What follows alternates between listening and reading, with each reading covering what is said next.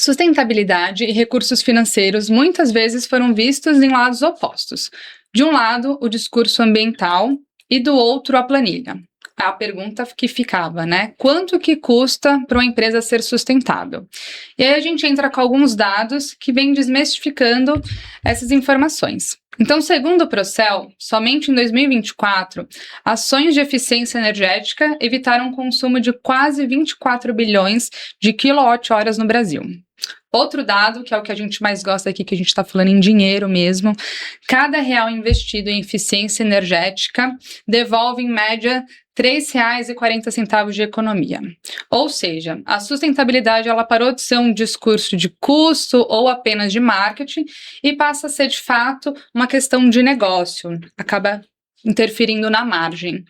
Está começando mais um episódio do Facilita, que é um espaço do Conecta Facilities, para a gente compartilhar ideias, provocar reflexões e discutir o que transforma de fato o mercado. Eu sou a Anne Alves, sou host do podcast e hoje estou mais uma vez aqui com o Vitor Arcuri, cofundador da Diel, para a gente bater esse papo. E aí, Anne? Estamos indo bem, hein? Terceiro episódio, vamos com força. Já estamos no episódio 50, né? Pois é, e com um cenário novo também, né? A gente está testando alguns formatos. A gente tem, né? Tem caixinhas, né? Com a mesinha também, a gente depois quer saber de vocês, se vocês preferem nesse formato ou no formato mais talk show. Boa. Bora lá, vamos falar agora sobre o nosso convidado. Hoje eu tô aqui com o Lucas Atademo, eu vou precisar de uma colinha, porque não é fácil falar sobre o currículo dele. Ele é economista de formação e com MBA em gestão de projetos pela FGV. Ele tem uma combinação que é muito valiosa no mercado, me perdoe o trocadilho. Por quê? Porque ele tem um pé muito firme no mundo financeiro e o outro pé na gestão de energia. Ele passou por análise de investimentos no setor elétrico, na AES Brasil, por planejamento financeiro no aeroporto de Guarulhos, que eu nem imagino qual que é essa responsabilidade, e hoje ele é head de projetos no Açaí Atacadista. Foi ele quem conduziu a migração de mais de 300 lojas para o mercado livre de energia. Eu também não imagino o tamanho disso, porque o Açaí Atacadista consome bastante energia. Ele também é porta-voz do supermercado nos temas de sustentabilidade e mudança climática. Ou seja, é alguém que enxerga energia e demais recursos como ativo financeiro e não só como contas a pagar. Bom, é justamente com esta visão que ele também faz parte do quadro de embaixadores do Conecta Facilities e está à frente da vertical de energia. Lucas, seja muito bem-vindo ao Facilita. Valeu, gente. Obrigado, Vitor. Obrigado, Anne, pelo convite. Espero ser proveitoso, né, na nossa passagem aqui. Espero compartilhar um pouco aí, principalmente da nossa experiência, acho que nesse mundo de facilities, principalmente nesse mundo de energia, que para muitas pessoas é um mundo bastante obscuro, né? Mas eu acho que com a mudança regulatória que está tendo nos últimos anos, acho que o setor está abrindo cada vez mais, está sendo desmistificado, ou seja, as pessoas hoje falando de energia, elas não é algo que está numa caixinha ali guardada as 7 chaves. Então, acho que a tendência é cada vez mais as pessoas terem mais conhecimento e saber mais de como enxergar novas oportunidades aí nesse mercado de energia, tá? Obrigado pelo convite. Perfeito. Maravilha, Lucas. E assim, queria agradecer sua presença aqui e dizer, cara, como né, você é um super parceiro nosso e a gente admira demais o trabalho que você tem feito, né? E eu queria já começar com um quebra-gelo aqui, né? Perguntando assim, como é que você saiu da economia, né? E foi parar na gestão de energia, né? Será que era melhor ter ficado na economia, né? Você lembra quando você estava lá no Geotrends, o Amir Klink falou que a economia não servia para nada, né? Agora você está aqui na energia, fala um pouco pra gente aí. Essa transição de carreira, eu tô curioso já para começar sabendo de carreira sua.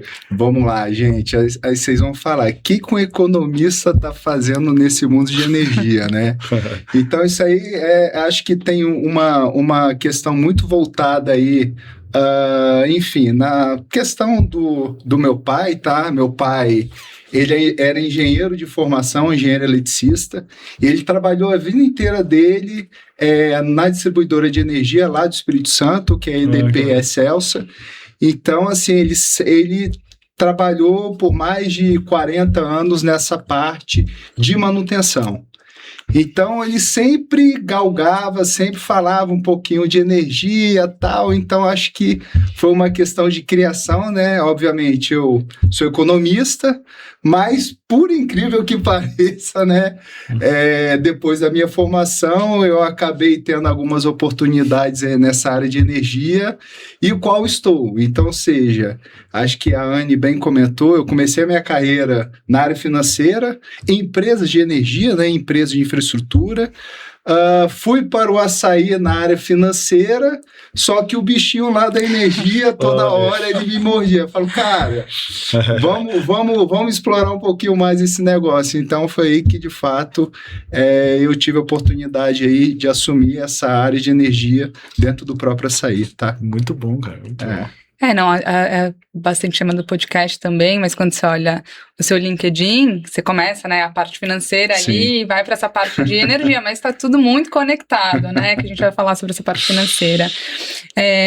Eu queria saber de você, quando ficou claro que sustentabilidade na prática também significava dinheiro? É óbvio que hoje o papo vai ser muito puxado para energia, a gente está falando de gestão de recursos, né, Então é isso, assim, a sustentabilidade como energia, enfim, quando que isso teve essa virada de chave para você? Tá, vamos lá. Eu acho que sustentabilidade não é um tema novo, tá, gente? Cada vez mais ele tem ganhado bastante relevância. E quando a gente olha na parte de energia, felizmente falando, acho que não felizmente, o Brasil, ele foi abençoado por Deus na questão de recursos naturais que hoje o nosso país tem. Ele foi abençoado por diversos rios que a gente tem, então a gente pode fazer muita usina hidrelétrica. Foi abençoado com a matriz de vento aí absurda, a gente pode fazer eólica. Foi abençoado com uma área que tem um sol aí, em algumas regiões, maiores incidências solares do mundo, tá? Então, ou seja, o Brasil, ele felizmente falando, em termos de recursos naturais, a gente consegue aproveitar o que a natureza proporciona no nosso país. Então, quando a gente olha o Brasil, hoje, a grande maioria da matriz energética brasileira é uma matriz renovável, ou seja, é uma matriz limpa, tá? E que eu acho que as empresas, elas podem se beneficiar com isso. Então, quando a gente fala de uma matriz limpa, hoje a empresa, o cliente que está no mercado livre de energia, ele consegue escolher, poxa, eu quero comprar uma energia de uma fonte eólica, ou não, eu quero comprar uma energia de fonte solar. Então, o próprio sistema, ele já te disponibiliza isso, e além disso, além de ser, vamos falar assim, um trend relativamente sustentável, né? Você gera uma economia muito maior se você estivesse no mercado cativo, ou seja, se você estivesse plugado na distribuidora de energia ali, em que você não poderia escolher essa fonte, você não poderia escolher esse fornecedor. Então, como o próprio nome diz, o mercado é livre, você pode escolher e, além disso, além de você gerar economia, você gera também essa questão da sustentabilidade. Legal. E foi no próprio açaí, então, que você teve essa virada de chave, assim, de perceber que essa parte de sustentabilidade, ela geraria essa parte financeira também, fazendo essa migração, enfim. Eu acho assim, eu acho que uma coisa, elas andam juntos, tá? Por exemplo, mercado livre de energia no Brasil não é uma coisa nova, tá? Salvo me engano, as primeiras empresas a migrarem foi justamente no primeiro apagão que teve no setor elétrico, por volta aí dos anos 2000, que foi aí que, de fato, o mercado brasileiro abriu. Tá? Abriu, que eu falo, aquele grande consumidor poderia escolher da onde que ele poderia comprar essa energia. Pelos meus conhecimentos, eu sabia que eu não conheço nenhuma empresa que se arrependeu de ter migrado para o Mercado Livre, porque se tinha muito dinheiro na mesa. Ou seja, a empresa que ela fazia aquela migração, ela estava economizando ali na veia de fato, o custo da energia dela. Então, era uma coisa que, obviamente, eu tinha esse conhecimento e, obviamente, teve todo um processo de convencimento interno para nós estarmos adeptos aí a entrar nesse mercado.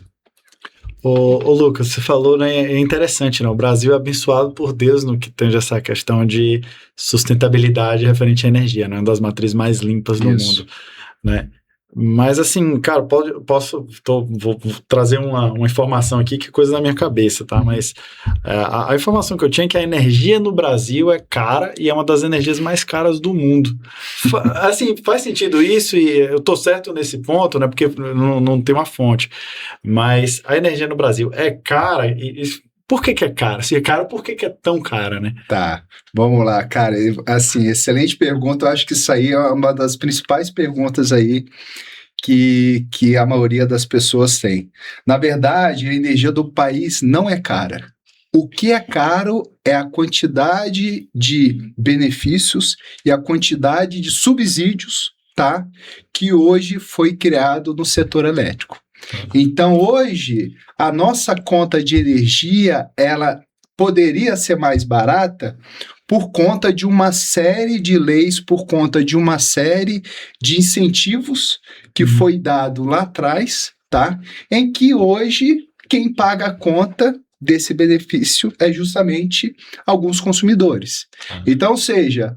Está desbalanceado, então. Está totalmente desbalanceado. O nosso preço da energia, ela é barata.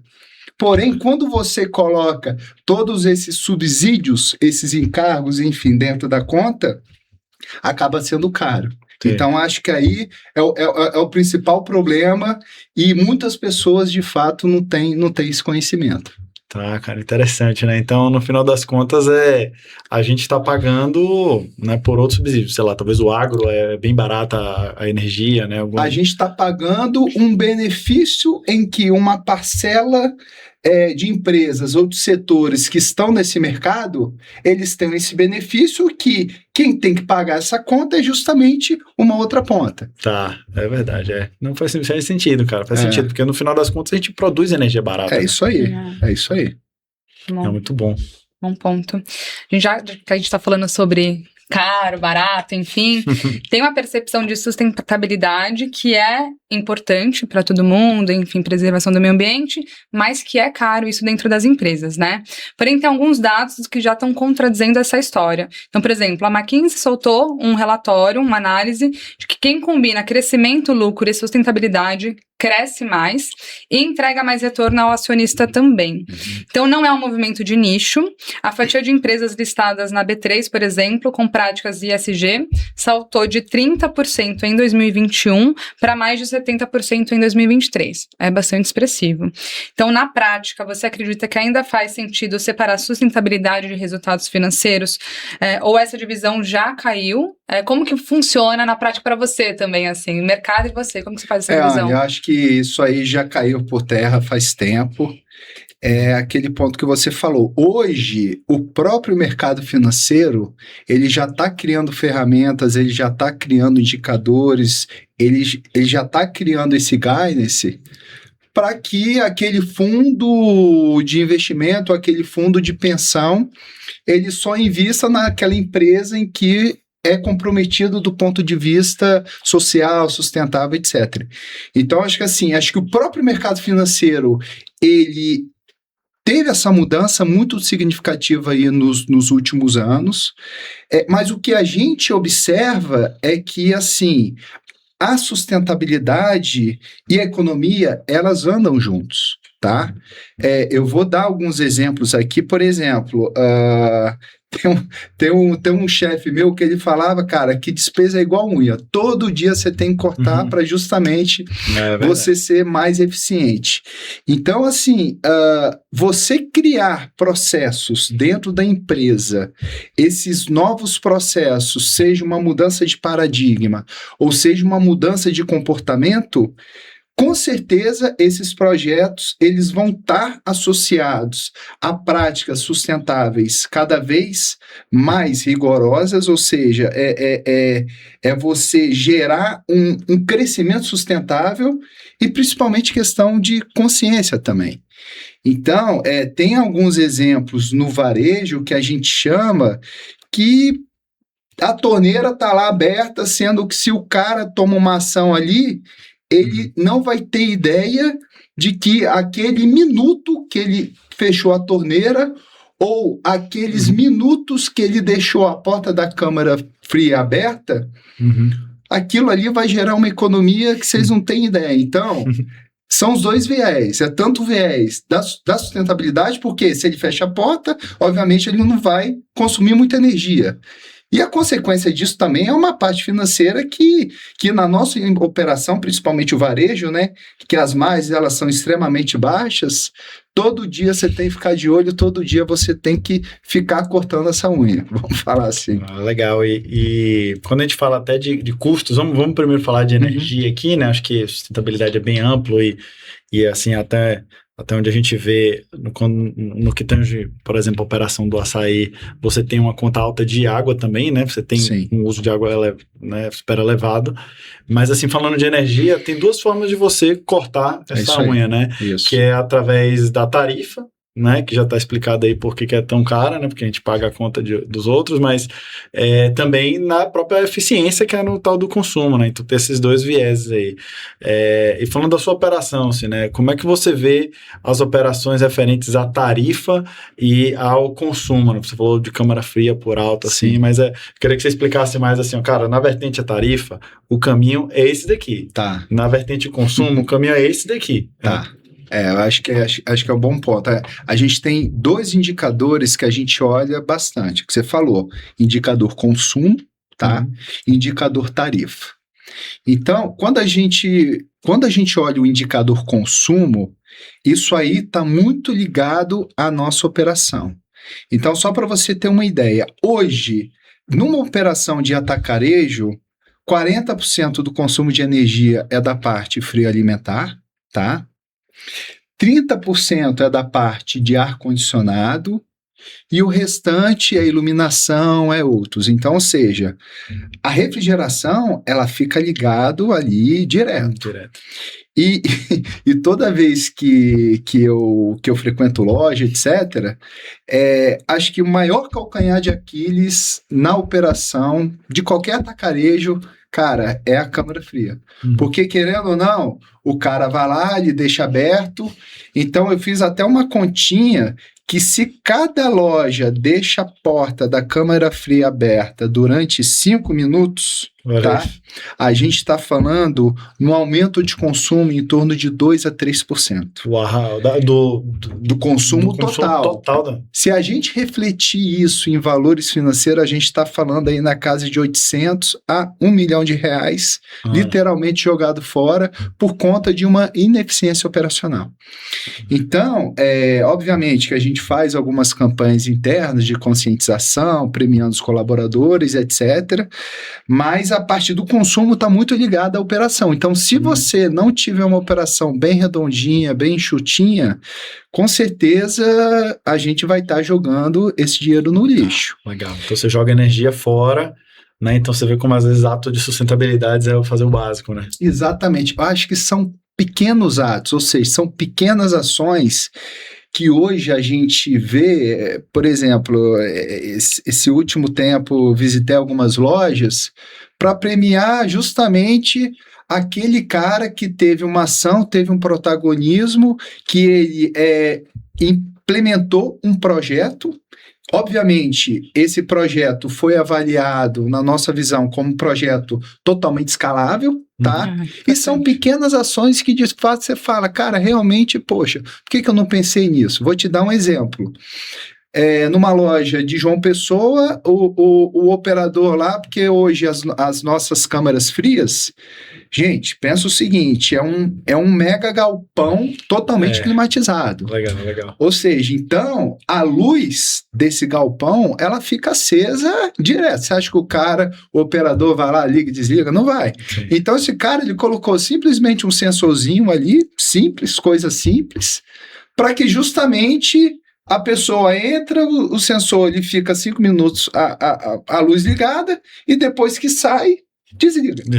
Então, vocês são pequenas ações, são pequenas coisas que Quando a gente soma justamente as 313 lojas que hoje o Açaí tem, você vê, cara, que no final essa conta fecha. É verdade, cara. Essa conta fecha. Não, e quando você fala que é as pequenas coisas, né? Eu lembrei de um outro atacadista que a gente atende aqui, que ele me trouxe um ponto bem interessante. Sabe quando você pede para cortar o queijo, né? E aí você tem aquela embalagem com plástico, Isso. e aí você ali liga uma resistência. Isso, né? a gente tem um projeto nisso, a gente tem um projeto nisso.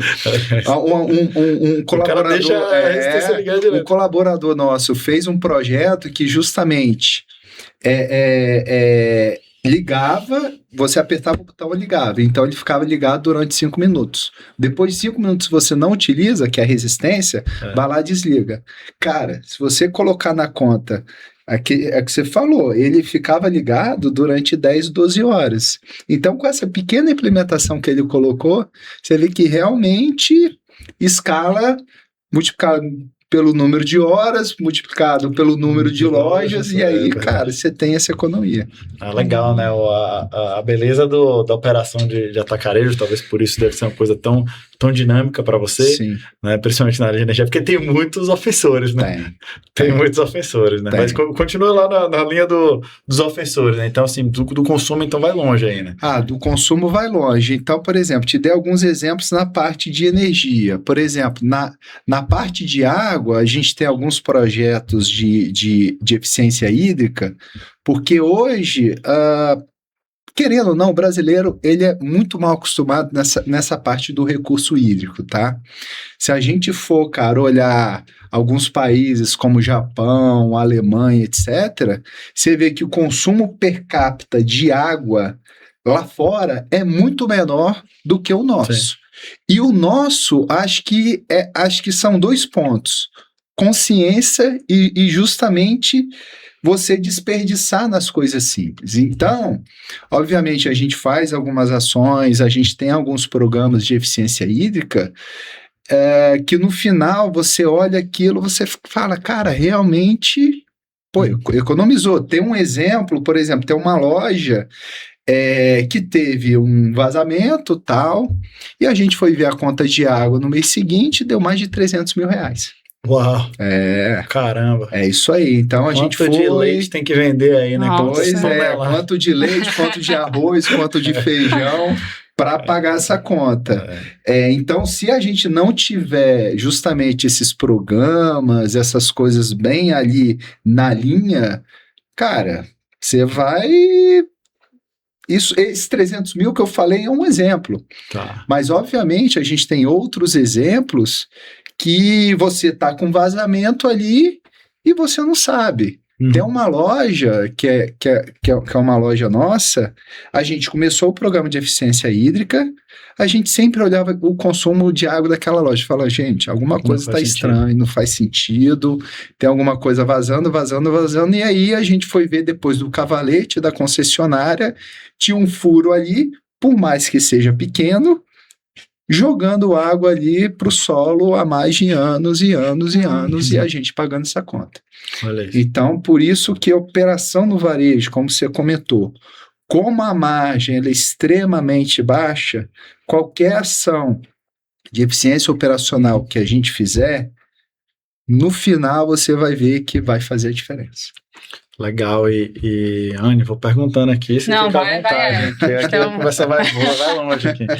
Mas assim, cara, pela minha experiência, o que eu vejo, assim, tem muita gente que tem dificuldade ainda de ver o dado. Você falou, eu analisava aquela loja e eu via que estava estranho, provavelmente você tem a lista de consumo de todas as lojas, no caso da água, Sim. Aí você faz um padrão, aí você compara essa com o restante do padrão, e aí você vê que está fora e você tenta investigar. Acho que esse é o padrão, mas tem muita gente que não consegue nem ter acesso aos dados. Isso, assim, te pressionaria a quantidade de empresas do varejo que não conseguem nem ter uma planilha com o consumo de cada loja de cada mês. Como é que você consegue trazer essa gestão, né, tanto de energia como também de água, né? De utilidades em geral? Bom ponto. Assim, se você não tem o dado, você não consegue fazer a gestão, né? Acho que tem... essa máxima aí. É isso aí. Então, é o que você falou. Hoje em dia, acho que existem diversas ferramentas para a gente ter esse dado, mas eu acho que cada vez mais o mundo ele tem evoluído, principalmente o mercado ele tem evoluído, para oferecer essas ferramentas que dá esse dado. Por exemplo, hoje a gente tem algumas empresas que trabalham com a questão de eficiência hídrica, tá? Vamos pegar o exemplo da água, que existe uma telemetria ali que de minuto em minuto aquela telemetria ela dá um pulso para ver exatamente o consumo de água que está tendo. E aí, então, por exemplo, esse dado vai para a nuvem, e, obviamente, em cima desse dado, tem toda uma gestão nossa para falar o seguinte: opa, esse consumo aqui diário, cara, explodiu. É mandado um WhatsApp, olha, loja, investiga aqui, porque esse consumo está muito alto. Falando de energia, trabalha muito próximo disso. Hoje, a gente tem... Por exemplo, a loja que está no Mercado Livre, eu vou falar um pouco de termo técnico aqui. Fala o termo técnico e traduz um pouco para a gente também, faz os dois. Mas, por exemplo, a gente tem a chamada medição no SCDE, tá? O que é o SCDE? Hoje, todas as empresas que estão no Mercado Livre de energia, quem regula isso é justamente a CCE, que é Câmara de Comercialização de Energia Elétrica. Legal. Então, toda empresa que está no Mercado Livre de Energia, todo esse dado de consumo dessa empresa ou dessa loja vai para a Câmara e a Câmara justamente audita para ver se aquele dado faz sentido ou não. Então, quando a gente fala o SCDE, é justamente essa base de dados horários, tá? Para saber exatamente o quanto que aquela operação, que aquela loja gastou hora a hora. E é aquilo que a gente faz o nosso fechamento do balanço energético para saber o quanto que de fato a loja consumiu aquele mês. Então, assim, acho que dado a gente tem de diversas formas, entendeu? Mas tem que procurar... Tem que procurar, mas aí que tá. É o primeiro passo, né? É isso, mas eu acho que a grande oportunidade tem um ditado que fala o seguinte: cuidado para que o Big Data não vire uma Big Mess. Ou seja, dado demais, de forma desorganizada, vai virar uma Big Mess. Então, acho que ferramentas hoje no mercado existem, tá? Mas a grande chance, a grande oportunidade das empresas é colocar isso através de um banco de dados organizado e de forma que aquele dado seja o seu aliado e não seja meramente uma informação que vai estar ali sem que você... não tem alguma ação referente àquele dado que ele está te mostrando. Então, acho que aí é o principal ponto aí que as empresas precisam se preocupar. Legal, legal.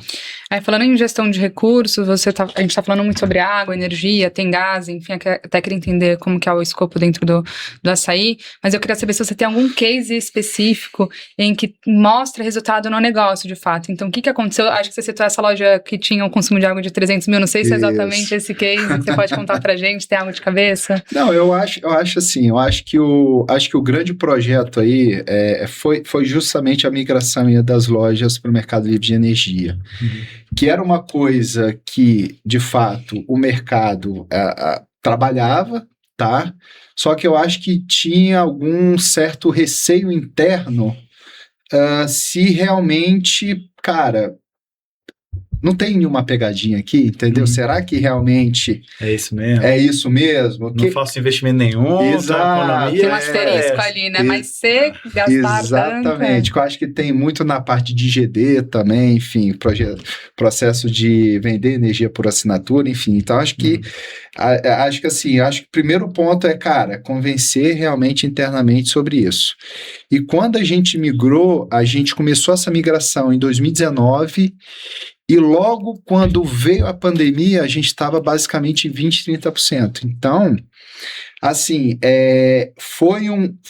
a gente teve uma certa dificuldade, porque, vamos lá, ou a loja migrava para o Mercado Livre, ou então a distribuidora de energia lá ligava o hospital que precisava de energia naquele momento de pandemia, etc. Então, acho que foi uma grande dificuldade nossa, mas, obviamente, a gente conseguiu cumprir os prazos, tá? Estabelecidos. Então, a gente começou nesse processo de migração e hoje 99% das nossas lojas estão migradas para o Mercado Livre. Ou seja, acho que é uma ida sem volta. Acho que é uma ida sem volta. E a tendência é que, enfim, está tendo toda uma mudança regulatória em cima disso, que a partir de 2028, assim como acontece na Austrália, assim como acontece na Inglaterra, em alguns países, Portugal também, quem vai estar adepto a migrar para o mercado livre de energia vai ser qualquer consumidor. Legal. Então, ou seja, nós, pessoas físicas, em 2028, a gente vai poder escolher de fato de quem que eu vou comprar energia. Eu quero comprar energia daqui, ou quero comprar energia dali. Então, acho que o setor elétrico brasileiro, ele se amadureceu muito nos últimos anos, porque teve todo um processo de abertura gradual, e eu acho que esse processo aí, cada vez mais, só tem coisas boas aí para acontecer daqui para frente. Legal, né? E aí, essa, inclusive, é uma das ações voltadas à tarifa, né, que você fez. E aí, cara, assim, não tenho vergonha, eu sou engenheiro mecânico, a Anne aqui, comunicadora, né? Publicitária. Né? E assim, obviamente, eu trabalho com isso, vivo isso, mas fica sempre uma dúvida, vale a pena até você esclarecer aqui, né? A gente está falando aqui de Mercado Livre, mas, pela minha consciência, você também poderia migrar para uma geração distribuída de alta tensão. Sim. E eu queria que você explicasse para a gente assim, essa diferença de Mercado Livre para geração distribuída, até porque acho que mudou muitas coisas desde 2019, né? Mudou. E aí, assim, você pode contratar GD, né, geração distribuída, você pode contratar Mercado Livre, você pode ficar no cativo, e outra coisa também, quando você provavelmente migrou para o Mercado Livre, tinha alguma coisa que te deixava receoso, provavelmente, que era o tempo de contrato, né? Isso. E aí hoje já tem tempos de contrato diferentes. Explica pra gente, assim, como é que é esse trade-off, assim, né? Tempo de contrato versus valor, quais são as pegadinhas que podem aparecer nesse contrato e essa diferença de GD e Mercado Livre aí pra mim, que, cara, tá ficando cada vez mais confuso. Eu achei que eu sabia e lançaram uma nova regulamentação. Mudou. O ponto é o seguinte, hoje, quem pode estar adepto a migrar para o Mercado Livre de Energia? Qualquer consumidor de média e alta tensão, independente da demanda contratada que ele tem. Teve uma mudança regulatória que foi criado justamente o varejista, tá? Porque até certo tempo só podia migrar para o Mercado Livre de Energia aquela unidade ou números de unidades dentro de uma mesma raiz de CNPJs que tem uma demanda contratada menor que X. Só que isso aí mudou. Então, ou seja, qualquer consumidor hoje de média e alta tensão, independente da demanda contratada dele, já pode migrar para o Mercado Livre. Diferente da GD. O GD, ele só embarca o consumidor de baixa tensão. Tá? Então, vamos supor, o mercadinho lá do seu Manuel, que de fato ele não é caracterizado uma média alta tensão, ou seja, não tem transformador, não tem nada. Qual a forma do seu Manuel reduzir a conta de energia no final do mês dele? Fazendo uma GD. Ele sendo adepto a uma GD, um consórcio de GD, tá? Ele pode migrar para GD na baixa tensão. Já o João, que tem uma indústria que é considerada uma média e alta tensão, independente da demanda contratada dele, ele já, de fato, ele já pode migrar para o Mercado Livre, ou através, embaixo de uma varejista, ou então ele ser um próprio agente autônomo ali, ele fazendo a gestão dele. Exatamente. Legal. E a GD de alta tensão? A GD de alta tensão, acredito que não teve essa mudança regulatória ainda. Tá, então ainda é uma mudança para... E eles também estavam vendo de fazer a migração do Mercado Livre para baixa tensão também. Isso, que eu acabei de falar em 2028. Tá. Então, em 2028, o cliente de baixa tensão, ele vai ter duas opções. ou ele vai para GD, ou ele vai para o Mercado Livre.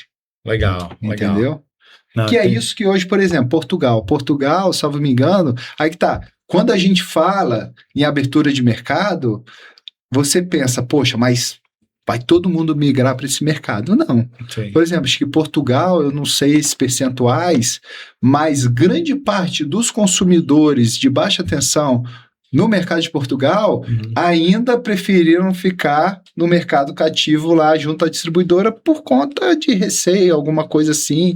Às vezes o cara, ele não tem esse apetite ao risco, né? Por exemplo, o mercado livre do Texas, tá? É um mercado, cara, extremamente aberto. Então, seja, o Texas, para você ter ideia, ele, algumas horas é dado o preço horário. Então, por exemplo, 8 horas da noite, o preço que você vai pagar em energia vai ser um. Já às 6 horas da manhã, o preço que você vai pagar em energia é outro. Sim. Então, ou seja, é um mercado, tanto é que teve diversas empresas que foram estudar o mercado do Texas para entender como que, de fato, o mercado do Texas trabalha, porque é um mercado extremamente aberto. Então, tendo abertura ou não, você vai ver ainda clientes que ainda vão preferir estar no mercado cativo ali. Legal.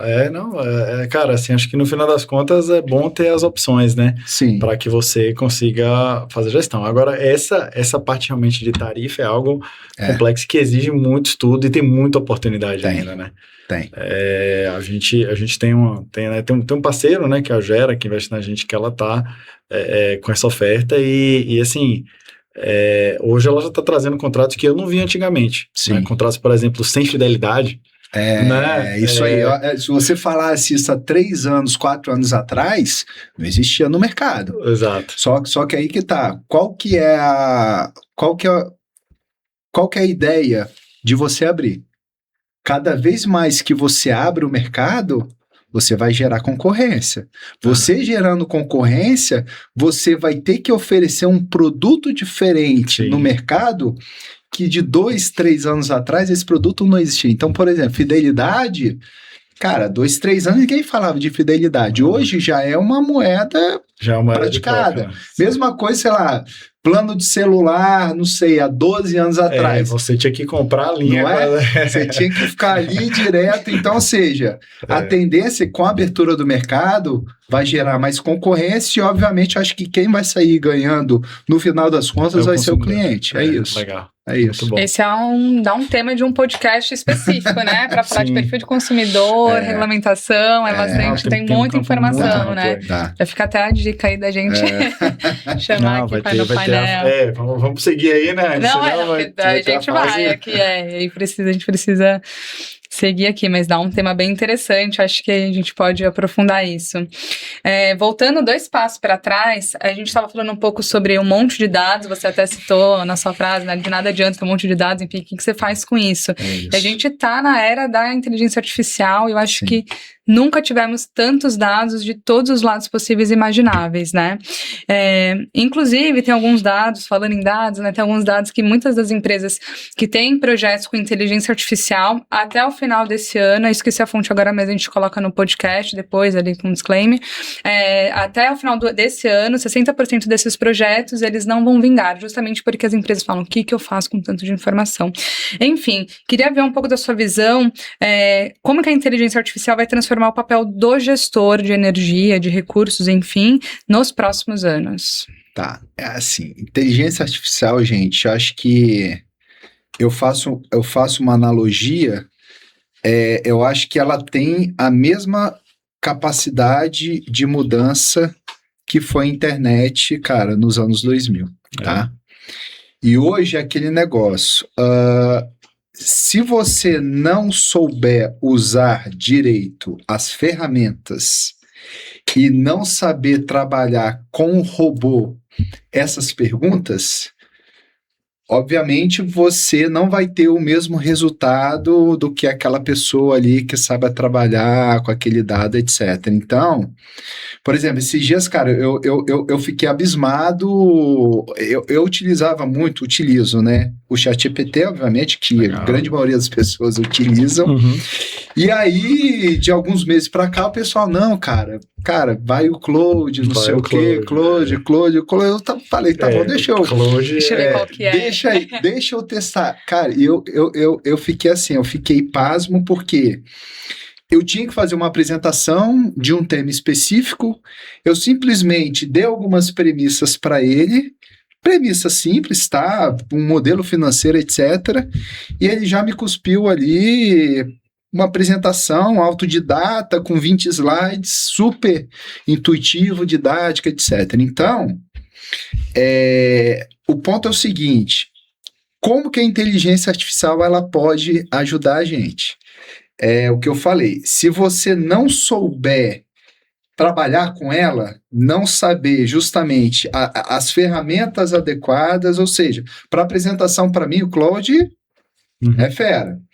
Agora, existem outros tipos de inteligência em outras áreas que existem uma IA lá que foi desenvolvida para justamente aquela área. Então, eu acho que se você não utilizar essas ferramentas corretas e não der as perguntas, as provocações corretas para o robô, você não vai ser bem sucedido ali. Então, é uma ferramenta, cara, que veio para facilitar a nossa vida, acho que em todos os sentidos, tá? Nós, como gestores, por exemplo, se eu pego um dado lá de uma planilha de 100 lojas, eu mando para ele com consumo e falo, cara, me fale aqui aonde que teria as maiores oportunidades de redução de consumo nesses horários. Então, hoje, as ferramentas já te dão isso. Então, a ferramenta ela existe. Eu acho que a gente tem que saber dar pergunta para ela e saber qual que seria a melhor ferramenta possível. Cara, isso é um ponto muito importante, né? A gente também, lá na Diel, tá usando muito o Claude, assim, é gritante, né? A capacidade da ferramenta atuar né, nos dados. Agora também você não vai pegar o Claude e ficar pedindo para ele revisar seu e-mail, né? Esquece, então, assim, então acho que cada ferramenta ela tem um modelo que é mais adequado a cada situação. E isso você não pode se acomodar no mesmo modelo. É isso aí. Né? Quem ainda está assim só no ChatGPT, recomendo instalar o Claude. Isso. E não é nem o Claude igual você usa o GPT, tem que ser o Cowork, né? Tem que ser o Cowork, instala no seu computador, porque aí você vai ver realmente do que a ferramenta é capaz. E é uma excelente provocação. E como é que você está usando hoje no seu dia a dia, né? Como é que, né, não sei, né, até você pode responder isso, mas como é que ela nasce aí? Tem muita trava? Porque outros clientes nossos, assim, tem muita trava para a utilização de AI, acho que deve ser dos nossos ouvintes aí uma dor, né? Às vezes, eu não posso instalar o Cloud. Obviamente, o cara não pode instalar o Cloud na máquina do trabalho e enfiar um monte de dados dele lá dentro, né? Sim, claro. Tem a questão mas como é que tem esse desafio do Enterprise? Como é que você tá passando esse desafio? Acho que uma coisa boa é que no Assaí, obviamente, alguns gestores, essas ferramentas a gente tem liberado, tá? A gente está indo para um plano aí para ter... Hoje a gente tem uma licença do Microsoft, então, obviamente, vem o Copilot lá atrelado, mas, por exemplo, Lucas, eu não sou muito fã do Copilot. Eu gosto dele por algumas coisas, mas eu não sou muito fã. Mas, hoje em dia, eu acho que se a empresa bloqueia aquele site ou bloqueia aquela coisa... Cara, hoje a gente tem uma coisa chamada, cara, a gente tem um computador aqui na nossa frente. É verdade. Entendeu? Não é um computador ali de cara, mas isso aqui é uma ferramenta poderosíssima. Então, se a empresa ela não te dá esses acessos por questões de confidencialidade, limitação, etc., cara, você tem isso aqui que o mundo, desculpa, o céu é limite. Então, as ferramentas a gente tem, basta como saber a gente pode utilizar elas. Tá, legal. Então é isso, ponderar e pensar um pouco fora da caixa. É né? isso, Porque também é muito fácil você se acomodar e falar assim, não, os caras travaram, me deram só o Copilot lá, né? Exato. E eu recomendo, cara, até porque, assim, eu faço até uma... E aí, Anny, não sei se tem nos seus blogs aí papo de carreira, mas eu queria até puxar com Não, o Lucas esse vai, papo. aproveita, Mas, assim, até fica uma dica aí para todos, né, da área de facilities, de que essa área, as áreas de gestão, as áreas de controle de dados, de facilities geral, elas vão passar por uma transformação absurda com a utilização da IA. Tá? Absurda. E se você não for um cara muito bom de IA, né, desculpa, tenha medo. É isso aí. Porque essa é uma área de extrema análise de dados e atividades de reporte, atividades que a IA consegue substituir. Né? Então, eu vejo, né, no futuro não tão distante, ela executando muita coisa dentro da área de facilities. Né? E aí eu queria até, assim... Né, puxar um papo que acho que tem muita gente aqui, né, do Facilita que é analista, é coordenador e quer, né, chegar, né, tá no começo da carreira, ou até de gestores também que estão fazendo paralelo aí com você. Como é que foi essa sua carreira para chegar até onde você chegou, né, do ponto de vista de crescimento dentro da companhia, né, é por isso que eu tô falando, cara, se você quer crescer na empresa, usa IA, mas usa mesmo para trazer valor. E assim, como é que foi você na sua época sem IA, né? E como é que você trata hoje as pessoas? Na minha época não tinha. Na minha época tinha o Excel, que eu tinha que fazer a macro via VBA ali. Então, meu amigo, os modelos financeiros era tudo em VBA, cara, lógica de programação, enfim. Então, hoje eu acho que o caminho ele tá muito mais fácil, né? Acho que hoje o caminho tá muito mais fácil. Mas assim, eu acho que a dica que eu posso dar é que eu sempre falo, cara, pro meu time. Eu acho que não só no mundo profissional, mas no mundo, cara, pessoal mesmo. Sempre seja protagonista, tá?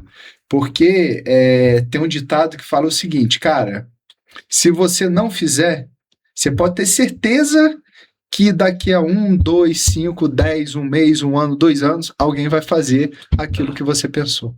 Tá? Ou aquilo que você tinha vontade de fazer, só que você não fez. Então, acho que muitas pessoas, né, falam, mas eu não tenho um plano de carreira estruturado. Eu falo o seguinte, cara, quem faz o seu plano de carreira é você. E você faz o seu plano de carreira através das suas entregas, através do seu protagonismo, através de justamente sempre procurar buscar coisas novas para você ter o melhor para a empresa e para o seu trabalho também. Legal. Porque, querendo ou não, o gestor ele enxerga isso. O gestor ele sabe justamente aquele colaborador que ele tem um pouco mais de ação, ele tem um pouco mais de protagonismo do que aquele outro analista, enfim, que ele está ali, ele só faz as coisas a partir do momento que é demandado. Então, acho que o protagonismo, acho que é sempre importante e sempre essa palavrinha, desde que eu me formei, ela sempre teve presente ali no meu ambiente, tá? Então, acho que isso aí é muito importante. Olha só, conselho valioso aí. Não, mas depois nos cortes, esse é um ótimo ponto. Vai viralizar. Muito bom. Lucas, você é um dos nossos embaixadores do Conecta Facilities, comecei o episódio falando sobre isso, né? E você vai chancelar principalmente essa parte de energia, né? Essa vertical. E só para explicar para quem está em casa, a figura, né, do embaixador, ele é a peça-chave em que exemplo, a gente vai fazer algum tipo de conteúdo, algum evento que vai tratar sobre energia, vou falar de uma forma simplista, a gente vai ter o selo Lucas Atademo de qualidade, basicamente é isso, de forma sucinta. O que te motivou a entrar com a gente nesse desafio, enfim, e quais são as discussões que você acha que ainda falta para o mercado de energia que eventualmente você pode trazer aqui para o Conecta Facilities, para o clube? Tá, eu acho o seguinte, Anny, acho que já tive algumas oportunidades aí de falar isso pro Vitor, mas assim, em termos de, vamos falar de inovação, tá? Eu acho que a Diel aí, ela tá muito na frente, né, nessa questão de inovação, por exemplo, essas ferramentas de IA. seja, enfim, eu não vou... Não dá spoiler, não. Eu não- Eles vão procurar a gente depois e eu vou. eu não vou ensinar o padre a rezar a missa, né? Mas assim, mas isso é uma coisa extremamente relevante, que é o que a gente comentou. Hoje, as ferramentas, as IAs, elas estão ali para atender a gente naquilo que seja melhor para a nossa demanda, para o nosso mundo. Então, vocês desenvolverem uma ferramenta atrelado a IA, que ela consiga, cara, fazer alguma coisa de forma preventiva sobre qualquer ação, isso é o melhor dos mundos, principalmente nessa parte de manutenção. Manutenção, querendo ou não, né, é o cara que fica ali todo dia ele apagando incêndio. E como vocês comentaram, acho que a manutenção mais barata é a manutenção preventiva, né? Que é o que você tem um menor investimento ali, e obviamente o resultado sobre aquele menor investimento é muito melhor do que se alguma máquina quebra, alguma coisa assim, que você vai despender aí de um CAPEX assim absurdo. Então, acho que essas ferramentas estão aí para justamente facilitar a gente. Falando um pouquinho no mercado de energia, por exemplo, teve uma mudança regulatória muito forte de precificação no setor de energia nos últimos 1 ou 2 anos. Então, hoje, a dinâmica de preço do mercado livre de energia tá uma coisa surreal. Então, por que não seja desenvolvido alguma coisa relacionada à inteligência artificial para que dê essa melhor previsibilidade sobre aquele preço de acordo com essas mudanças regulatórias? Então, assim, gente, quando a gente fala de oportunidades nessa parte de cara, a gente vai ficar 2 dias aqui discutindo. Então, acho que é importante o seguinte, a IA está aí, é uma ferramenta para facilitar a nossa vida. Aonde que vai ter o melhor proveito é justamente o gestor, o executivo, o analista, para saber justamente utilizar ela da melhor maneira do que deveria ser. E olha só, né? Isso é uma coisa que eu já constatei e isso aparece muito firme lá no próprio Agile, na gestão. É assim, por incrível que pareça, você pensa, não, inteligência artificial é uma ferramenta nova, quem vai se dar bem é um pessoal mais novo, que já nasceu com isso, que já nasceu com um computador e tal na mão. Mas é uma ferramenta que ela vem junto com a experiência. Então, quem tem a experiência consegue dar melhores comandos. Então, é isso aí. Eu acho que quando a gente fala até de trazer o Lucas como embaixador, como criar um podcast como esse, é trazer conteúdo para que você consiga, se capacitar melhor, ter mais repertório para você conseguir extrair mais. E eu acho que é tudo sobre isso, sobre você conseguir extrair mais. Então, de novo, o cara que consegue, que tem um conhecimento, que tem uma experiência e consegue botar isso lá dentro do prompt, aí vai voar. Ele vai ser protagonista, ele vai voar. Acho que essa é a ideia. Essa é a ideia. Então aqui só, a gente tá conversando só assim, tema do próximo episódio também, a gente pode falar só de inteligência artificial, focado em carreira, como que as pessoas utilizam de forma prática, né? Isso. Legal. Bom, passa muito rápido essas conversas que a gente tem aqui, a gente já tá indo mais para a parte final, que são os nossos rituais. Então, sempre a gente faz essas perguntas, até para que a gente consiga prolongar essas conversas, enfim, trazer um pouco para os próximos podcasts também. E aí a gente começa aqui com o indicador de ouro. Então, para você, qual que é o KPI ou os KPIs, né, no plural, em que indica que a sua operação está saudável? Acho que assim, gente, coisa simples. Acho que são 2 indicadores. Primeiro indicador, consumo. Segundo indicador, reais por megawatt-hora. Acho que o reais por megawatt-hora é mais importante do que, de fato, o consumo. Porque, por exemplo, eu posso ter uma planta lá que o cara produz vidro, que o indicador dele por consumo por metro quadrado vai ser muito maior do que uma loja do varejo. Agora, o quanto que aquela planta em reais por megawatt-hora ela está sendo mais eficiente do que uma loja do varejo. Então, acho que esse reais por megawatt-hora, ele dá exatamente o quanto eficiente você está sendo no mercado livre de energia e o quanto eficiente você está sendo na sua operação. Por exemplo, eu vou dar um dado aqui. Algumas lojas a gente está com um projeto piloto de BESS, que são justamente as grandes baterias lá, que esse projeto ele se paga justamente por conta da diferença tarifária do fio durante a ponta e fora a ponta. Então, algumas regiões do Brasil, essa diferença tarifária fica na ordem de 11 vezes a 12 vezes.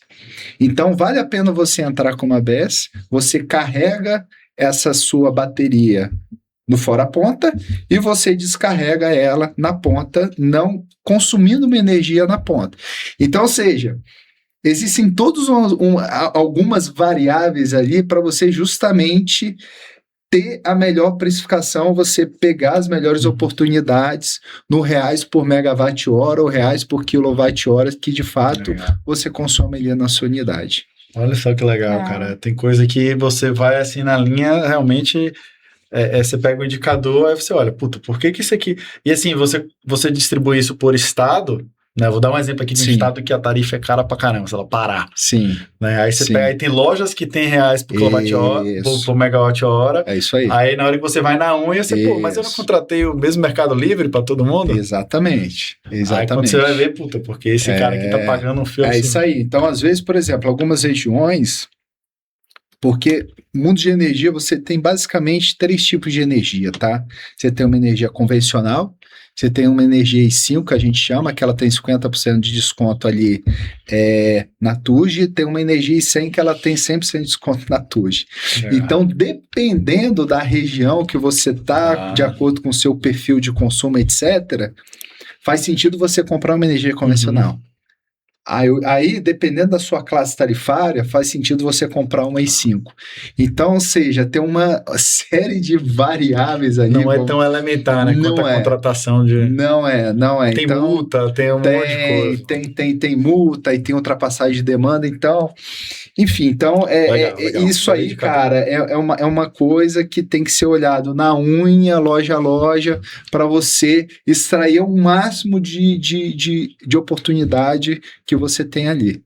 Que legal. Eu falei que a gente poderia ter um outro episódio aprofundando sobre o tema energia, mas eu vou dizer que a gente precisa de um workshop com o Lucas Atademo para a gente aprofundar. Cara, tem muito tema, muita informação, tem muito tema de energia. Ele falou de BESS, eu nem entrei no tema de que, né, a gente nem falou de como você está gerando muita energia limpa e você não tem BESS. Aí, na hora que essa geração solar inteira começar a injetar pra caramba dentro do setor, aí vai ter aquela questão da curva de horário, aí você vai ter um excedente de energia no meio-dia. Que é o que está acontecendo ultimamente no Brasil. Depois a gente vai falar só disso, né, cara? Porque você viu a notícia lá do gato, lá, que 30% da energia solar do Brasil é gato. É isso gato solar. É isso aí, que é o grande problema que hoje, acho que o grande problema para o ONS, que é o Operador Nacional do Sistema, e para o setor elétrico como todo, é em relação à intermitência. É o que você falou. A matriz energética, nos últimos anos, ela evoluiu de uma forma que a solar e a eólica passaram a predominar. Então, nas horas em que, de fato, o Brasil precisa de potência, que é durante a noite, você não tem essa potência. Então, a BESS é uma das formas de você conseguir equilibrar justamente essa intermitência que vocês falaram. Aí vai ter matéria aí para a gente discutir durante os 2 dias. Legal, não, vai ter. Até porque se você parar para pensar, a automação que a gente faz com ar-condicionado, ela pode ser uma bateria também. Né? Lá na Europa, por exemplo, tem gente que já tem tanta energia solar que as pessoas estão pagando para você usar energia em determinados horários. Mas explica um pouco mais, aprofunda. Vou dar um exemplo. você tá lá 2 da tarde, geração solar no Bombando. pico, bombando, tem muita energia sendo produzida, a pontos de que você precisa consumir essa energia, senão vai colapsar o sistema. É isso aí. Aí o que você chega a fazer? Aí eu chego por açaí, eu sou NS, eu chego por açaí. Liga todos os seus ar-condicionados que eu vou lhe dar um dinheiro aqui só para balancear aqui. Aí o ar-condicionado do açaí fica ligado por 2 horas. É isso aí. E aí ele é remunerado por isso. Olha só. Então talvez a gente remunerado por um consumo maior aqui, né? É uma coisa, mas é assim, é contra-intuitivo, mas é o que está se encaminhando, né? Sim. Nossa, então tem muita oportunidade aí, acho que, eu vou precisar participar do workshop como aluna. Muito bom. Agora a gente vai falar sobre a ferramenta que te ajuda na sua trajetória, que é a ferramenta-chave para você. A gente está falando de ferramenta que pode ser qualquer coisa aqui, tá? O que faz sentido como ferramenta no seu dia a dia? Olha, eu acho que uma coisa que... Acho que não só eu, né? Acho que a maioria dos brasileiros, acho que o americano nem tanto... Acho que a principal ferramenta hoje é o WhatsApp, gente. Acho que o WhatsApp é que sim... quando a gente faz qualquer projeto dessa parte de eficiência energética, eficiência hídrica, etc., assim, os gerentes de loja, os coordenadores de manutenção, eles têm o celular. Então, o que a gente fala é o seguinte, cara, o nosso principal canal de comunicação tem que ser o WhatsApp. Porque senão, velho, se for uma mensagem, tudo bem, a pessoa pode ver. Se for uma ligação, hoje... não é tão barato assim você ficar com o operador lá ligando. E hoje um WhatsApp é uma coisa extremamente barata, é uma coisa que está no nosso dia a dia. Hoje eu acordo, primeira coisa que eu vejo, gente, abro meu celular e vejo o meu WhatsApp. Cara, isso é fantástico. Então... Você já fez o seu grupo com você mesmo?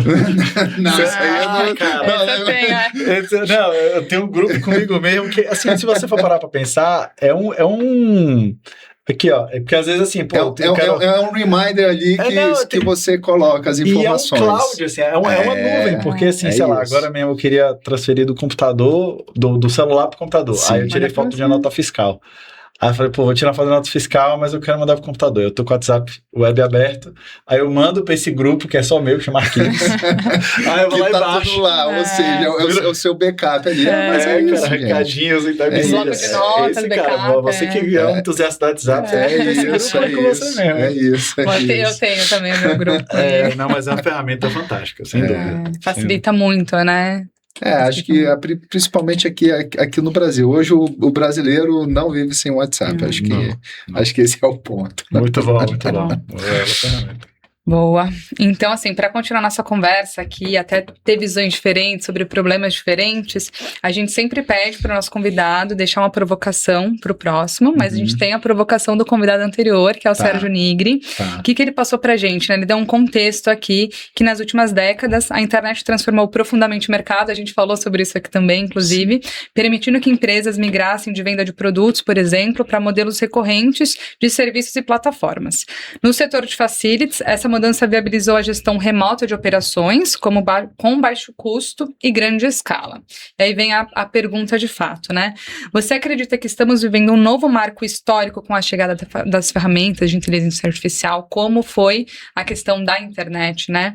E aí ele complementa aqui a pergunta, e como que a inteligência artificial poderá ser encaixada na sua visão em novos produtos e modelos de negócios, né, nessas empresas de prestação de serviço, no mercado geral, mas a gente pode trazer um pouco para o universo de facilities. É o que eu comentei anteriormente. Eu acho que fazendo uma analogia, né, acho que para mim o papel da inteligência artificial, ela vai ter o mesmo boom que foi a internet nos anos 2000. Acho que é uma coisa que veio para ficar. Tem até um dado interessante, viu? Eu até estava lendo uma matéria. De 2026 até 2030, a previsão do consumo de energia no mundo para atender os data centers, para atender tudo, vai ser na casa de 2 a 3%. Ou seja, de 2 a 3% de toda a energia gerada no mundo vai ser para atender data center, etc. Então, você vê, gente, hoje o boom quando a gente fala desse mercado de energia, etc., os data centers aqui no Brasil agora é a bola da vez. Tem um monte de data center aí pingando, porque justamente é uma nova realidade. Então, acho que a mudança estrutural, ela já está acontecendo. Obviamente, isso aí tem uma tendência de cada vez mais evoluir, tá? E como que isso pode facilitar? Justamente você ter essas melhores ferramentas.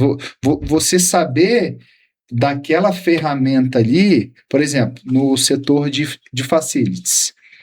Se eu desenvolver hoje uma inteligência artificial, que eu consiga calibrar ele, vou dar um exemplo aqui bem didático. Por exemplo, a gente está vendo muito questão de carregadores veiculares, tá?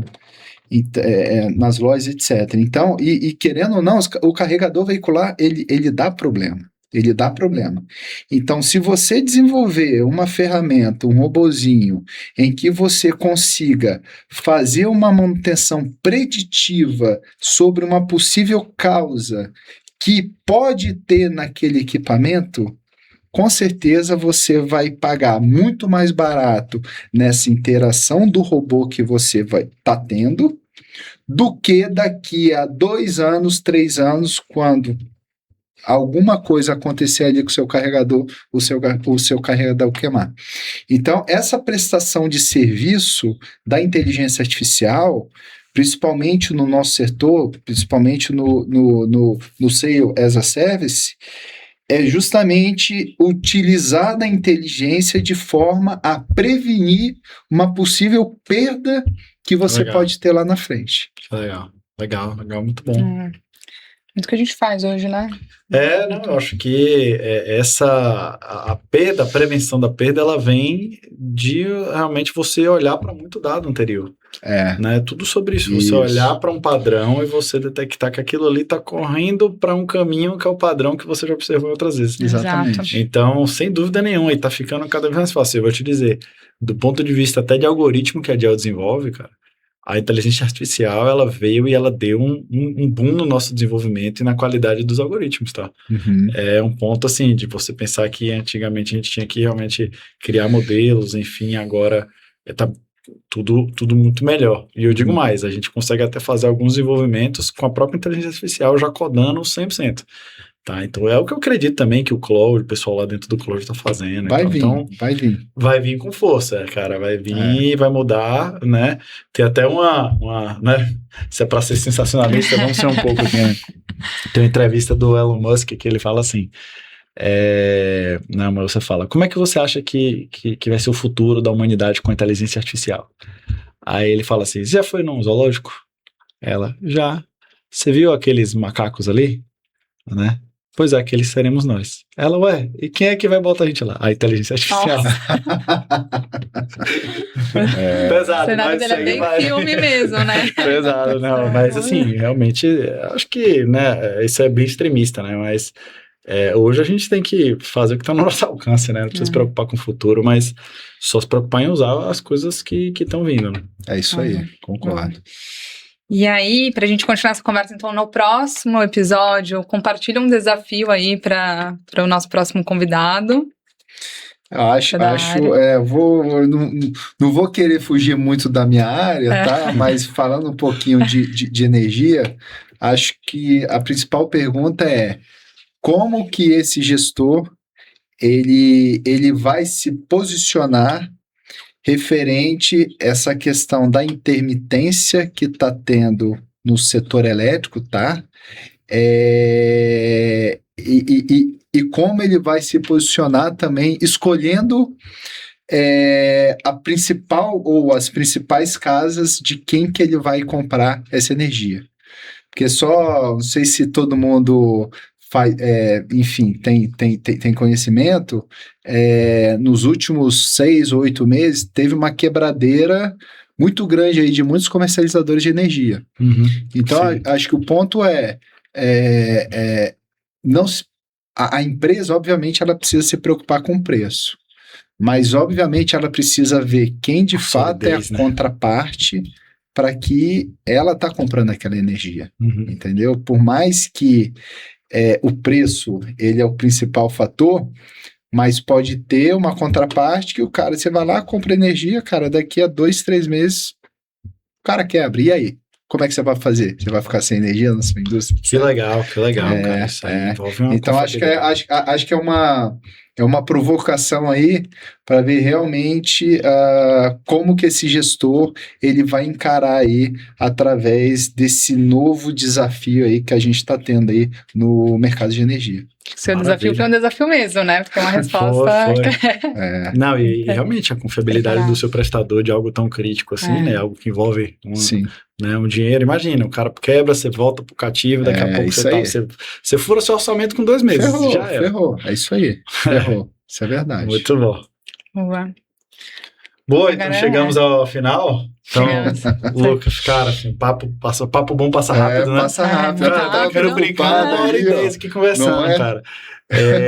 Primeiramente, obrigado, né, pela parceria, por estar aqui, né, representando aí o mercado de energia aqui nessa papo. E, né, que venham mais conversas como essa, que, né, você aqui como embaixador aqui do projeto tem muito a agregar ainda.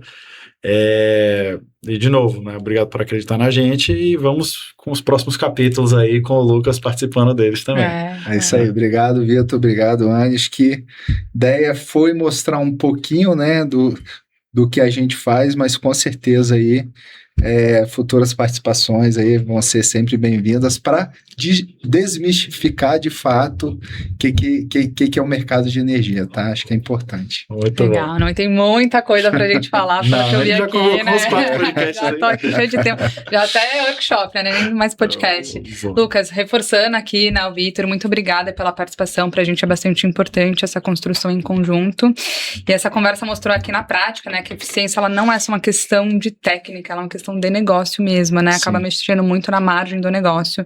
Então é muito interessante a gente ter essa visão.